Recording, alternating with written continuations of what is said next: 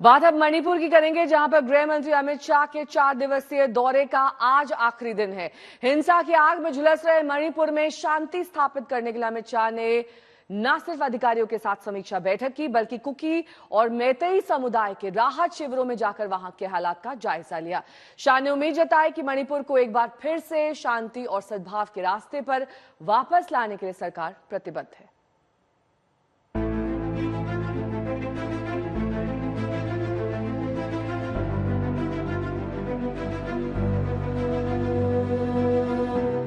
ये कोशिश है मणिपुर में शांति बहाली की। ये कोशिश है हिंसा की आग में झुलस रहे मणिपुर के लोगों में भरोसे की बहाली की। तस्वीर मणिपुर की राजधानी इम्फाल की है। अपने 4 दिन के मणिपुर दौरे के तीसरे दिन केंद्रीय गृह मंत्री अमित शाह इम्फाल में मैतेई समुदाय के राहत शिविर में पहुंचे। रिलीफ कैंप में रहने को मजबूर लोगों का हालचाल जाना, हिंसा की वजह से घर छोड़ने को मजबूर बच्चों के सिर पर भरोसे का हाथ फेरा।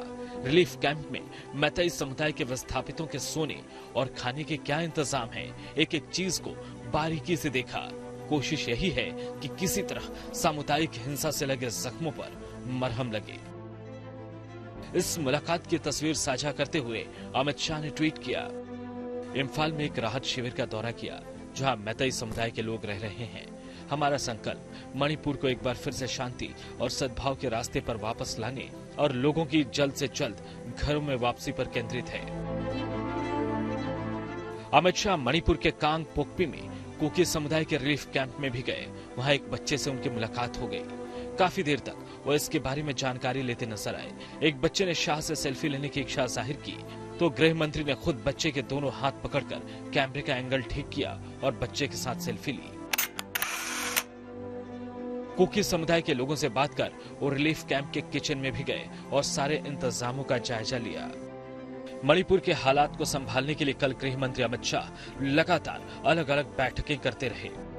वो म्यांमार बॉर्डर पर स्थित शहर मोरेह भी गए। वहां कुकी और दूसरे समुदाय के लोगों के साथ लंबी बैठक की। उन्होंने मोरेह में सीनियर अफसरों के साथ वहां के मौजूदा हालात और सुरक्षा इंतजामों पर भी लंबी मंत्रणा की। अमित शाह जब इम्फाल और मोरेह में हालात का जायजा ले रहे थे तो इम्फाल के पास किशनपैट में मानव श्रृंखला बनाकर प्रदर्शन कर रहे थे। प्रदर्शनकारियों ने 10 कुकी विधायकों की सदस्यता खत्म करने की मांग की।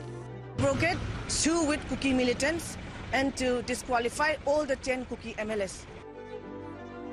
3 मई को आदिवासी एकता मार्च में हुए बवाल से मणिपुर में हालात बिगड़े हुए हैं। उस वक्त तो हालात पर काबू पा लिया गया था, लेकिन रुक रुक कर हिंसक घटनाएं जारी है।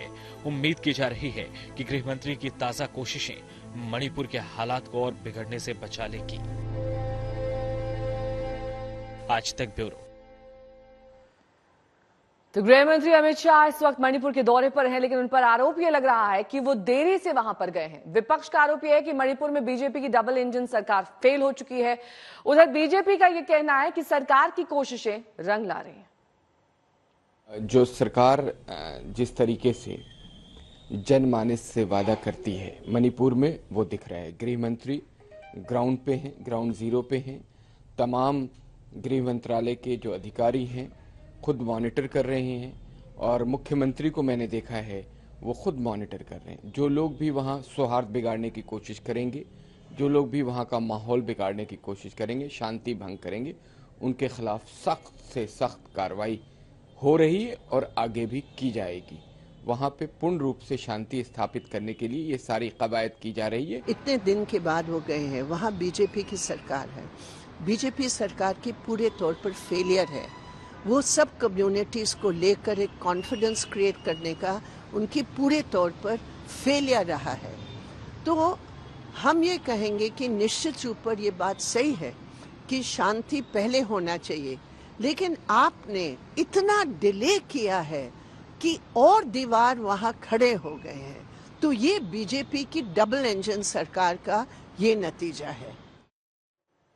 आज तक लगातार आपको मणिपुर की सच्ची और सटीक खबरें दिखा रहा है आज तक संवाददाता। मणिपुर के चुराचांदपुर गए, ये वो इलाका है जहां 3 मई को सबसे ज्यादा हिंसा हुई थी और इसके बाद पिछले दिन भी वहां पर हिंसा भड़क गई थी। आइए आपको दिखाते हैं वहां की ग्राउंड रिपोर्ट।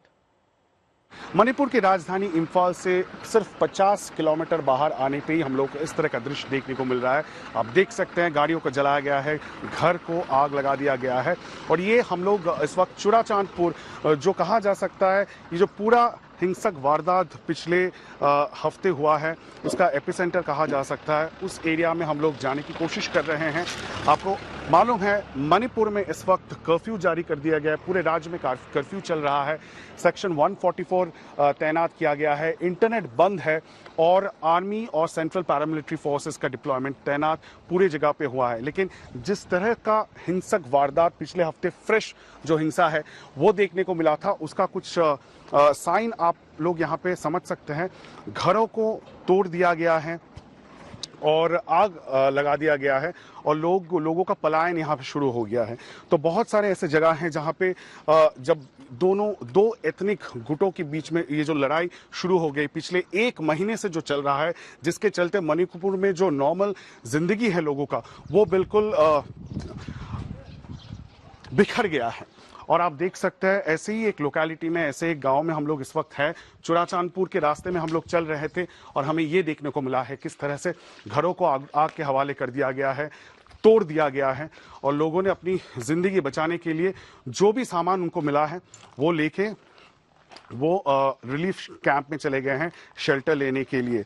तो ये जो एथनिक क्लैश पिछले 1 महीने से चल रहा है उसको कहीं ना कहीं काबू पे लाने के लिए आर्मी का डिप्लॉयमेंट हुआ है, सेंट्रल पैरामिलिट्री फोर्सेस का डिप्लॉयमेंट हुआ है। लेकिन फिर भी पिछले हफ्ते नए सिरे से हिंसक घटनाएं जो उभर के आई, उसके बाद गृह मंत्री अमित शाह खुद अब इस वक्त मणिपुर में हैं और जितने भी स्टेक होल्डर्स हैं दोनों ही कम्युनिटी के, उनके साथ बैठ के कोशिश की जा रही है कि कहीं ना कहीं एक पीस डील ब्रोकर की जा सके। मुख्यमंत्री बीरेंद्र सिंह उनको भी वो भी थे गृह मंत्री अमित शाह के साथ और कोशिश ये जारी है कि जितने भी इलीगल आर्म्स है, वेपन्स है जो दोनों ही तरफ से इस्तेमाल हो रहा है और 70 से ज़्यादा लोगों की मौत मणिपुर के पिछले 1 महीने की ये जो हिंसा चल रही है उसमें लोगों की जानें चली गई हैं। इस समय पूरी दुनिया में लोग कंफ्यूज्ड हैं। वो समझ नहीं पा रहे हैं क्या सही है, क्या गलत है, क्या सच है, क्या झूठ है। और ये स्पष्टता हम आपको अपने इस नए शो में देंगे। सब कुछ ब्लैक एंड व्हाइट में बताएंगे। इस शो में मेरे बालों के अलावा कुछ ग्रे नहीं होगा। हर खबर ब्लैक एंड व्हाइट की तरह बिल्कुल स्पष्ट होगी।